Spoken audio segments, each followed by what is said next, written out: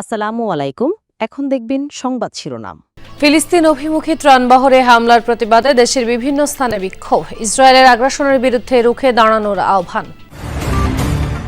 সুন্দরবনে ডাকাত দল জাহাঙ্গীর বাহিনীর আস্তানায় কোস্ট গার্ডের অভিযান, অস্ত্রগুলিসহ জিম্মি 4 জেলেকে উদ্ধার। চুয়াডাঙ্গায় কথিত কোম্পানির ফাঁদে পড়ে প্রতারণার শিকার হাজার হাজার গ্রাহক, বেশি লাভের প্রলোভন দেখিয়ে অর্থ হাতিয়ে নিচ্ছে একটি চক্র। জনপ্রতিনিধি না থাকায় পাবনার 9 পৌরসভায় ব্যাহত নাগরিক সেবা, উন্নয়নমূলক কর্মকাণ্ডেও স্থবিরতা। মা ইলিশ রক্ষায় মাছ ধরায় 22 দিনের নিষেধাজ্ঞা শুরু হচ্ছে মধ্যরাত থেকে, দ্রুত খাদ্য সহায়তা দেয়ার দাবি জেলেদের। আসসালামু আলাইকুম। এতক্ষণ দেখছিলেন সংবাদ শিরোনাম, এখন দেখবেন বিস্তারিত। গাজামুখী ত্রাণবাহী নৌবহর গ্লোবাল সুমুদ ফ্লোটিলায় হামলা এবং মানবাধিকার কর্মীদের আটকের প্রতিবাদে দেশের বিভিন্ন স্থানে বিক্ষোভ সমাবেশ হয়েছে। এই ঘটনাকে আন্তর্জাতিক আইনের সুস্পষ্ট লঙ্ঘন উল্লেখ করে বিক্ষুব্ধরা বলেন, যতদিন পর্যন্ত ফিলিস্তিন স্বাধীন না হচ্ছে ততদিন পর্যন্ত লড়াই চলবে। গ্লোবাল সুমুদ ফ্লোটিয়ায় হামলার প্রতিবাদে ফুঁসে উঠেছে গোটা বিশ্ব।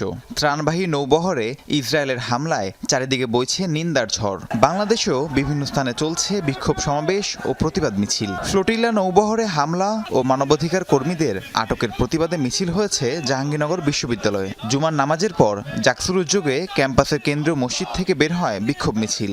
পরে শহীদ মিনারে বক্তারা ফিলিস্তিনের পাশে দাঁড়াতে বাংলাদেশের পাশাপাশি বিশ্ব নেতাদের আহ্বান জানান। যারা বিশ্ব মানবতার বুলিয়া হয়ে বিভিন্ন দেশে তারা সন্ত্রাসী কার্যক্রম পরিচালনা করে, সেনাবাহিনী প্রেরণ করে ওই দেশকে ইনভাইট করে, তারা যখন নিজের দেশে তাদের ফিলিস্তিনে আগ্রাসন চালায়, সে জায়গায় তাদের নীরবতা আমাদেরকে ভোগায়। বাংলাদেশ থেকে এবং জাহাঙ্গীরনগর বিশ্ববিদ্যালয় থেকে গ্লোবাল সামুদ ফ্লোটিলার সাথে যে বা যারাই ছিলেন তাদেরকে যেই অবরুদ্ধ করেছে, তাদেরকে বন্দী করেছে এবং তাদের যাত্রা যে থামিয়ে দিয়েছে, মুক্তির যাত্রা থামানোর জন্য আমরা এখান থেকে তাদের বিরুদ্ধে প্রতিবাদ জানাই। ফেনীতেও বিক্ষোভ মিছিল হয়েছে। দুপুরে শহরের জহিরা মসজিদ থেকে বের হয়ে বিভিন্ন সড়ক প্রদক্ষিণ করে দোয়েল চত্বরে গিয়ে শেষ হয় মিছিলটি। সেখানে বিক্ষুব্ধরা ফ্লোটিয়ায় হামলা ও মানবাধিকার কর্মীদের আটকের তীব্র নিন্দা জানান। সুন্দরবনে ডাকাত জাহাঙ্গীর বাহিনীর আস্তানায় অভিযান পরিচালনা করে অস্ত্র গোলাবারুদ সহ জিম্মি থাকা 4 জেলেকে উদ্ধার করেছে কোস্টগার্ড। ভোরে সুন্দরবনের শিবসা নদী সংলগ্ন আড়বাউনি খাল এলাকায় যৌথ অভিযান পরিচালনা করে কোস্টগার্ড বেইজ মোংলা ও আউটপোস্ট নলিয়ান। পরে প্রেস ব্রিফিংয়ে এই তথ্য জানান বিসিজিএস তৌহিদের নির্বাহী কর্মকর্তা লেফটেন্যান্ট ইকরাম মোহাম্মদ নাসিফ।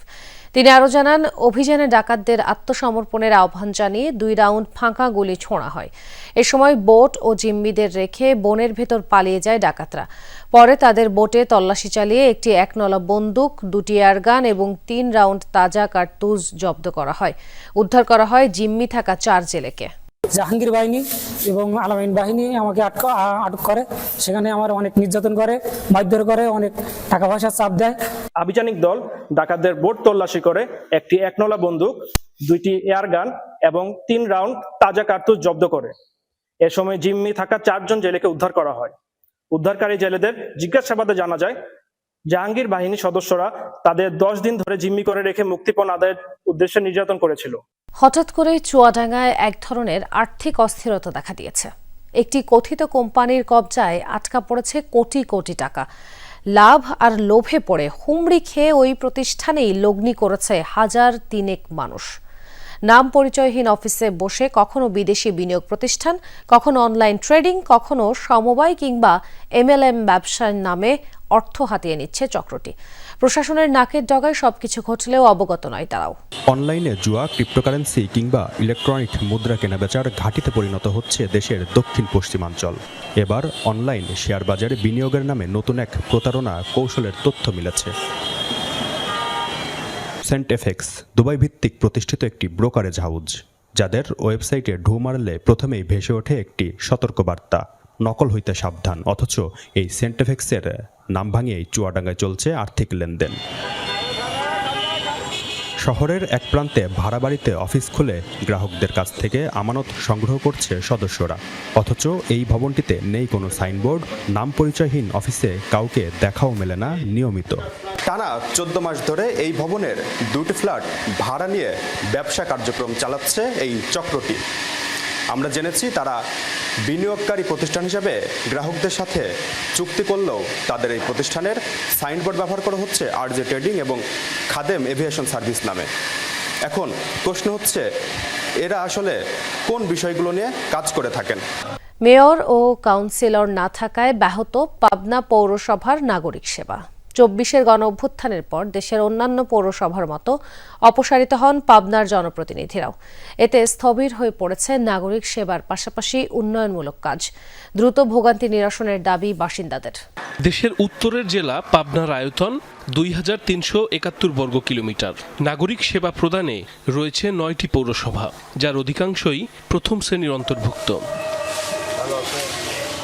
24-এর গণ অভ্যুত্থানের পর দেশের অন্যান্য পৌরসভার মতো অপসারিত হন মেয়র ও কাউন্সিলররা। এরপর নিয়োগ দেওয়া হয় প্রশাসক, তবে তাতে কাঙ্ক্ষিত সেবা থেকে বঞ্চিত পৌরবাসী। যাদেরকে দায়িত্ব দেওয়া হয়েছে একাধিক পদে কর্মরত আছেন, কাজেই তাদের ওই নিজস্ব দপ্তর সামলাতে হিমশিম খেতে হয়। প্রত্যয়নপত্রের জন্য আসছিলাম, তা আমি এখানে ওই এক জায়গায় অ্যাপ্লিকেশন করলাম, আর এক জায়গায় কাগজ জমা দিলাম, বিভিন্ন জায়গায় দৌড়াদৌড়ি করলাম। হয়তো কাউন্সিলর থাকলে মনে হয় এই দৌড়াদৌড়িটা আমার করা লাগতো না। বাসিন্দাদের অভিযোগ, দীর্ঘদিন সংস্কারের অভাবে খানাখন্দে ভরা বিভিন্ন সড়ক, পোহাতে হচ্ছে দুর্ভোগ। বেহাল ড্রেনেজ ব্যবস্থার কারণে সামান্য বৃষ্টিতেই তলিয়ে যায় রাস্তাঘাট। প্রথম শ্রেণীর পৌরসভা হলেও আবর্জনার দুর্গন্ধে অতিষ্ঠ নগরবাসী। রাস্তার নির্মাণ করার জন্য বিভিন্ন প্রক্রিয়া করতেছে, আমরা এখন পর্যন্ত সেটা পারি নাই করতে। যিনি প্রশাসক মহোদয় রয়েছেন ওনাকে অনুরোধ করবো, আপনি যে কদিন দায়িত্বে রয়েছেন সঠিকভাবে দায়িত্ব পালন করবেন। মা ইলিশ রক্ষায় মধ্যরাত থেকে মাছ ধরায় নিষেধাজ্ঞা শুরু হচ্ছে, চলবে আগামী 25 অক্টোবর পর্যন্ত। এ সময়ের মধ্যে ইলিশ আহরণ, পরিবহন, বিপণন ও মজুদ নিষিদ্ধ। জেলেদের দাবি নিষেধাজ্ঞা চলাকালে দ্রুত খাদ্য সহায়তা প্রদান করা হোক। আশ্বিনে ভরা পূর্ণিমার আগে ও পরের সময়কে ইলিশের সর্বোচ্চ প্রজনন মৌসুম হিসেবে ধরা হয়। এ সময় ডিম ছাড়তে নদীতে আসে মা ইলিশ। শুক্রবার মধ্যরাত থেকে 25 অক্টোবর পর্যন্ত টানা 22 দিন বন্ধ থাকবে ইলিশ শিকার। এজন্য জাল গুটিয়ে ঘরে ফিরছে বরগুনা সহ উপকূলীয় এলাকার জেলেরা। নিষেধাজ্ঞা চলাকালে কর্মহীন থাকেন তারা, তাই দ্রুত খাদ্য সহায়তা দেওয়ার দাবি। বিগত দিনে আমরা এই অবরোধ মানছি আর সামনেও মানব। সরকার যে প্রণোদনাটা দিচ্ছে এটা যাতে প্রকৃত জেলেরা এই প্রণোদনা পায়। ভারতীয় জেলেও এই সময় কোনো অবরোধ নাই। এই 22 দিনে আমাদের আশঙ্কা যে তারা অবৈধভাবে মাছ ধরে নেবে। মৎস্য কর্মকর্তা জানান, নিবন্ধিত জেলেদের খাদ্য সহায়তা দেওয়ার পাশাপাশি ভারতীয় জেলেদের অনুপ্রবেশ ঠেকাতে নেওয়া হয়েছে প্রয়োজনীয় ব্যবস্থা। আমাদের অভ্যন্তরীণ জলসীমানা অর্থাৎ 200 নটিক্যাল মাইল এর মধ্যে কোনো ধরনের বিদেশি সামুদ্রিক নৌযান যেন প্রবেশ করতে না পারে সে বিষয়ে আমাদের বাংলাদেশ নৌবাহিনী, বাংলাদেশ কোস্টগার্ড এর বিভিন্ন কন্টিনজেন্ট তাদের জাহাজ দিয়ে 24 ঘন্টা দিনরাত টহল দিতে থাকবে।